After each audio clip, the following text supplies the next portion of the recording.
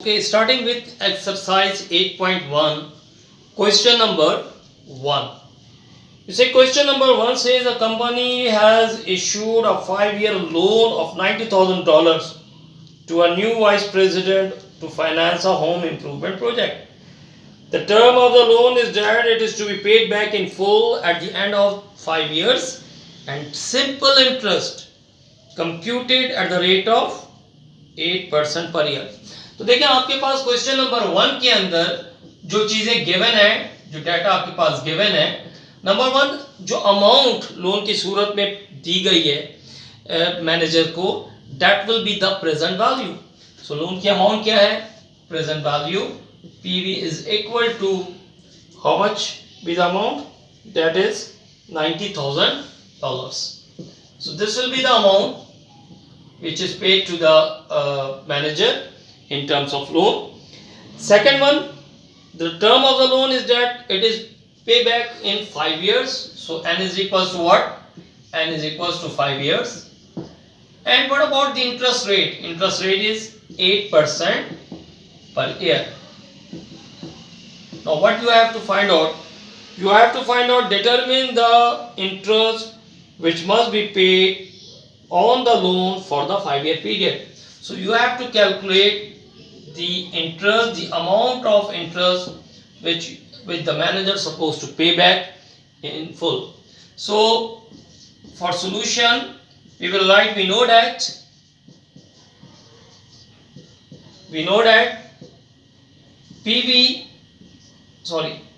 I is equals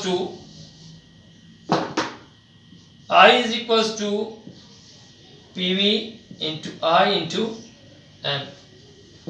Now I is equals to what? I is equals to 90,000 multiplied by 8%. 8% means 8% divided by 100, or you may write 0.08 over here.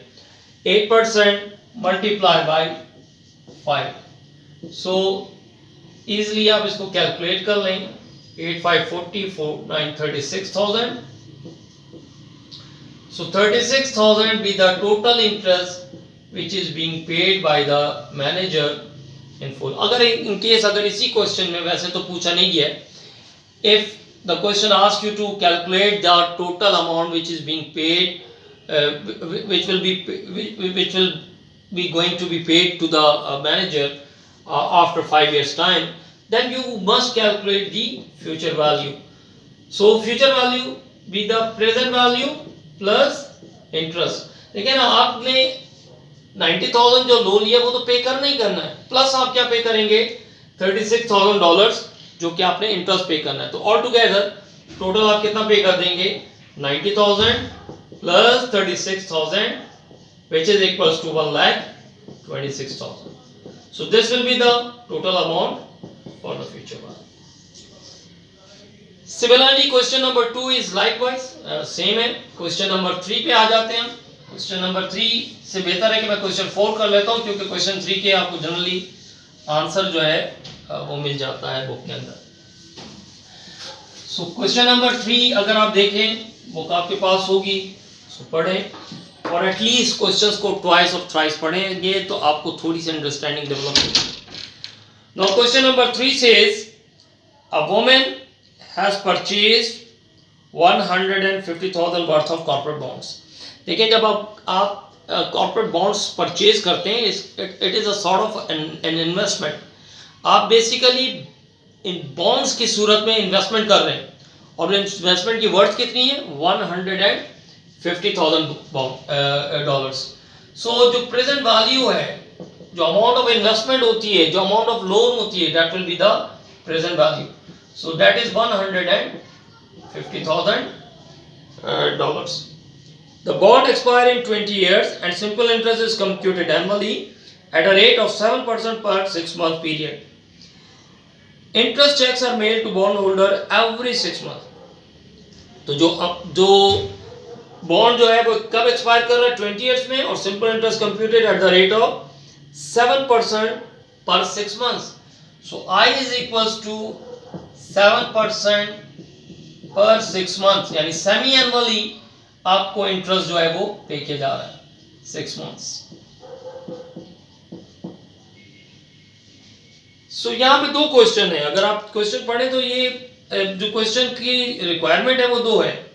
One is determine the interest women can expect to earn every 6 months, हर 6 months के बाद। देखिए अगर मैं आपसे कह रहा हूँ, जैसे मैं इनिशियली हमने किया था कि अगर आप 10,000 है और उसके ऊपर 5% आपको मिल रहा है, सो प्रीवियस लेक्चर में, तो 10,000 पे 5% का मतलब आपको कितना मिलेगा 500, यानी इतना इंटरेस्ट आपको पे करना पड़ेगा या इतना इंटरेस्ट आप अर्न करोगे। सो इसका मतलब 150,000 का अगर आप 7% कैलकुलेट कर लें तो वो किसी भी एक 6 मंथ्स का आपको इंटरेस्ट पता चल जाएगा कि हर 6 मंथ्स के ऊपर जो वुमेन है उसको कितना इंटरेस्ट पे किया जाएगा।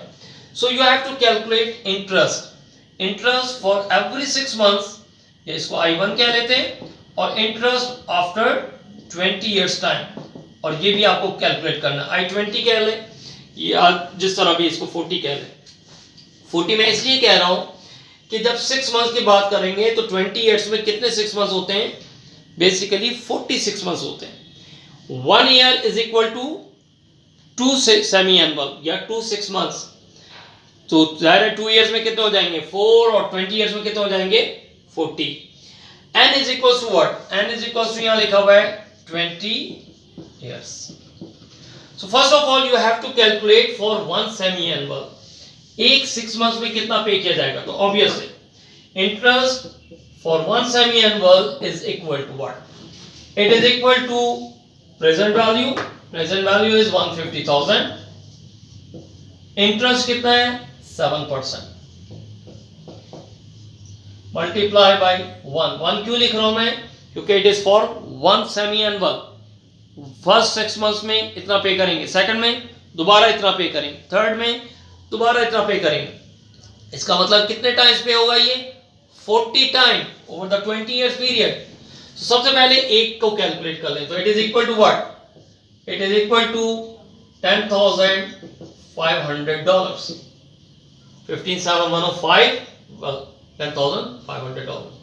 सो इसका मतलब है कि every 6 months $10,500 will be paid to the woman every 6 months, 6 months paid, right? Second one, that is I2 or I20, after 20 years how much she will earn, the total amount। ये amount वो women earn कर रही है after 6 months। 20 years में कितने 6 months होंगे, तो अगर एक साल में 2 6 मंथ्स होते हैं तो 2 साल में कितने होंगे 4, 3 इयर्स में 6, सो 20 इयर्स में कितने सेमी एनुअल्स होंगे 40।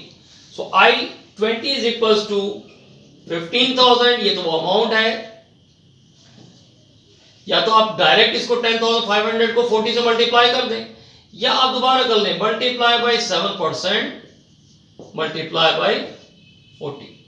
So in this context you will calculate $4,20,000. So she will earn after 20 years time, she will earn a total of 4,20,000 in terms of interest। Corporate bond की worth remains there, जो 150,000 उसकी worth होती है it will remains there, लेकिन वो कितना earn कर लेगी 20 साल में, ज़ाहिर है $420,000। So this is how you are going to calculate the simple interest question. It is quite simple.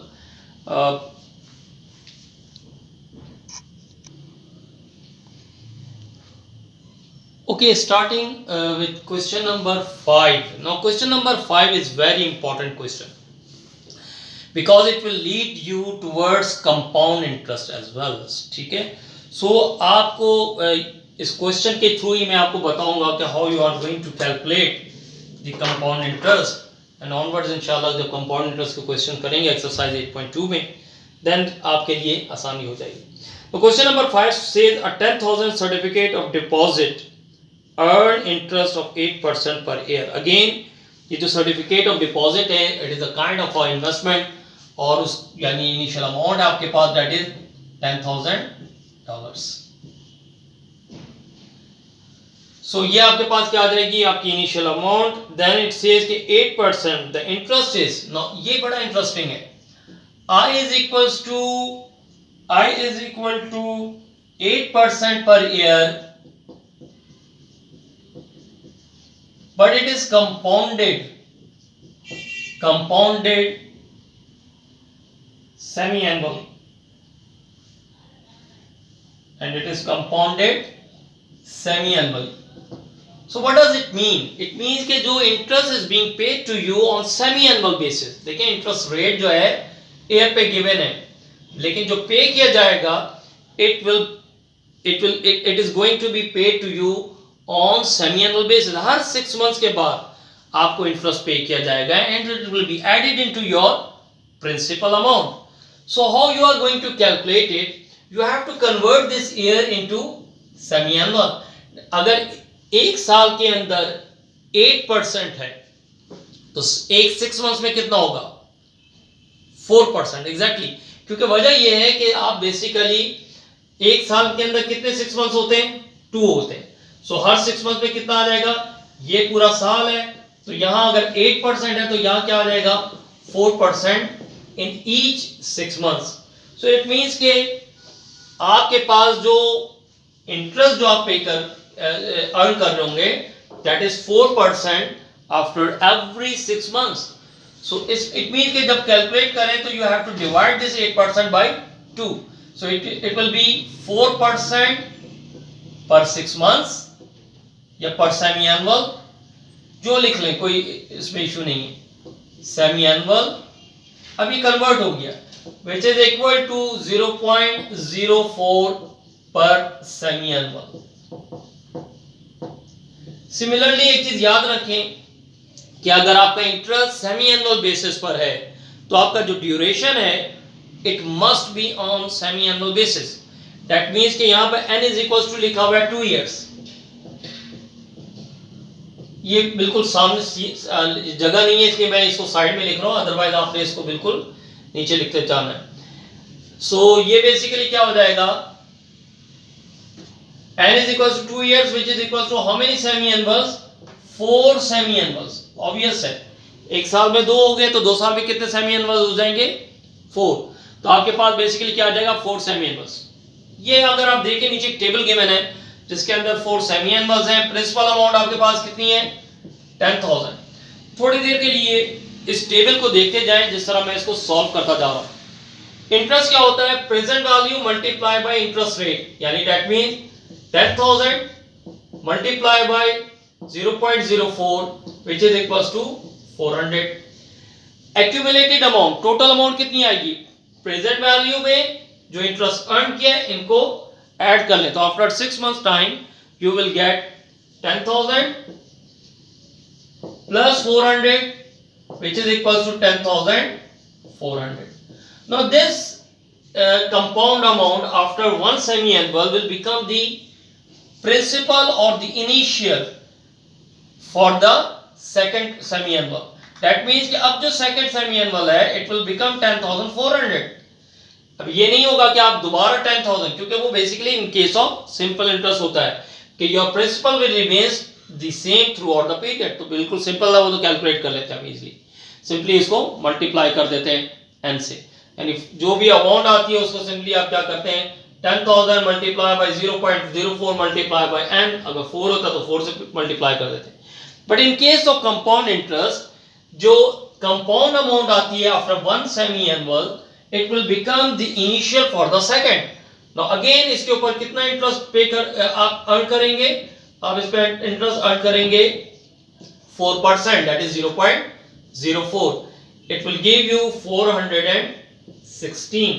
Around कोई 416 आ जाएगा. Again initial कितना है अभी second को देखेंगे 10,400 और उसमें ऐड कितना हो जाएगा ये इंटरेस्ट जो आपने अर्न किया 416. Total will become 10,816. थर्ड पे अगर आ जाए आप now the 10,816 will become the initial for the third. So 10,816 multiply by 0.04 it will give you around 432.64. So 10,816 plus 432.64 is equal to how much? It is equal to 11,248.64. Now this 11,248.64 will become again initial for the fourth period. 11,248.64. अब मैं quickly कर देता हूँ इसको. 11,248.64 multiply by 0.04. It is around 449.994 और 95 भी कर दें इसको. So 11,248.64 plus 449.95 is equal to what? It is equal to 11698 point how much? 58. Now आप अगर इस टेबल को देखें तो अगर आपसे कहा जाए कि what will be the interest after, how much interest you will earn after 4 semi-annual period, you simply add these 4 interest. Semi-annual period 400, 416, 432 and 449. You will get how much? You will get 1698.58. Right? आप simply in सबको add कर लें तो you will get. और second वे ये है कि देखें आपके पास इनिशियल कितना था 10,000. After 4 semi-annual period you will get 11,698. ये अमाउंट आपके पास कब आ रही है? After 4 semi-annual. फ्यूचर में आ रही है. ये आपकी फ्यूचर वैल्यू है after 4 semi-annual. This will be your initial. तो फ्यूचर में से अगर इनिशियल को माइनस कर दें so you will get exactly 1698.58. यहां से आप बेसिकली ड्राइव कर सकते हैं formula for the compound interest. Again अगर आपको समझ में आ जाए तो ये बहुत बेहतर है, अदरवाइज बाज लोग जो है खाली फॉर्मूला जो है वो पिक कर लेते हैं.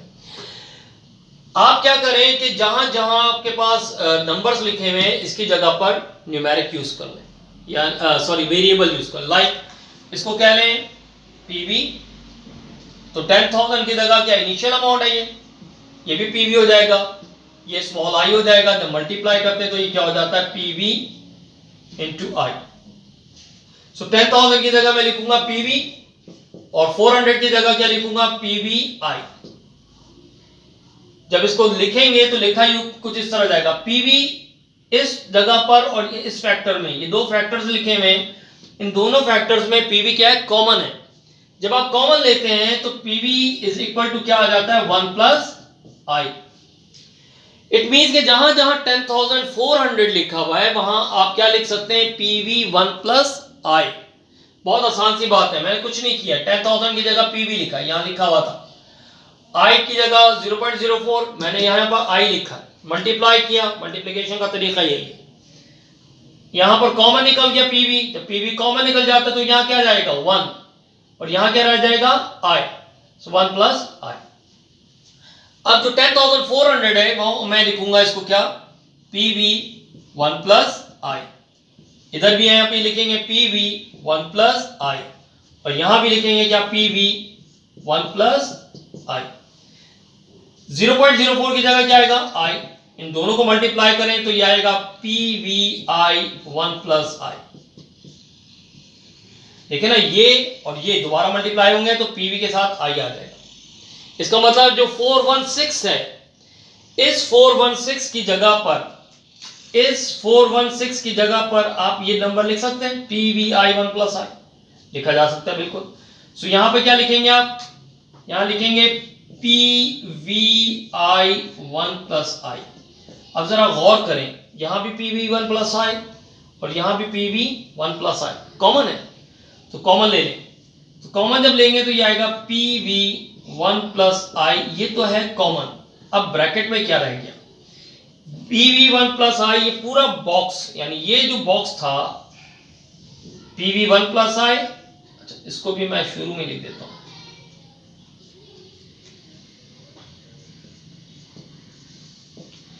तो पीवी 1 प्लस आई, ये जो पीवी 1 प्लस आई है मैंने इसे भी किया है कि आई को पहले लिख दिया सो डैट कि आपको थोड़ा सी क्लैरिटी आ जाए।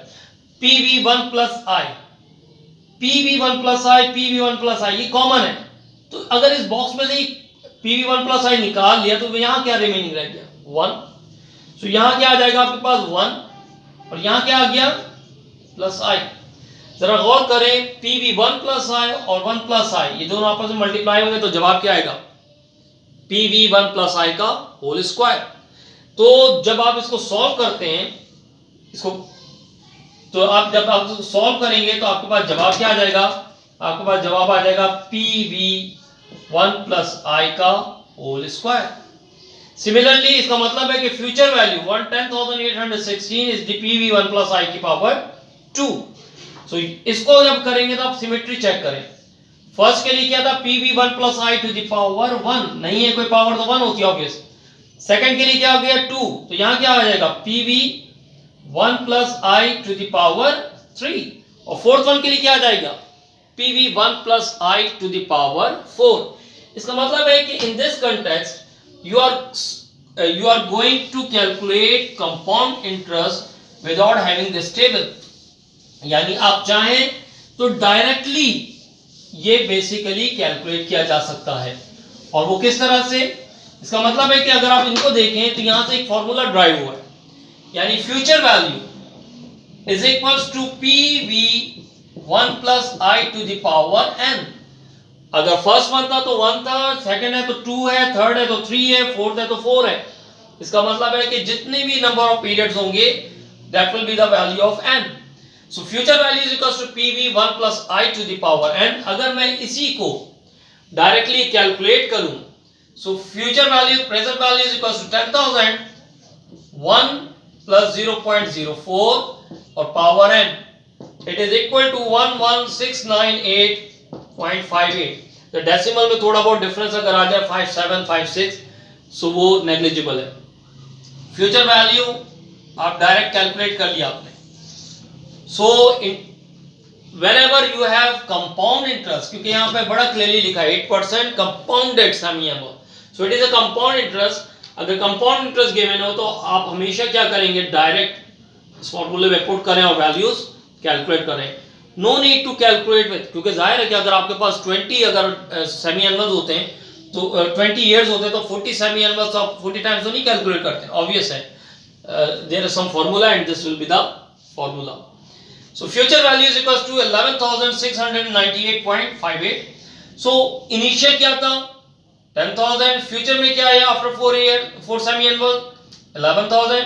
So इसका मतलब इंटरेस्ट कितना आया I is equals to FV minus PV, final में से initial minus 11698.58 minus 10,000, it is equals to what? I is equals to $1698.58. So this is how you are going to calculate the compound amount of for the compound interest.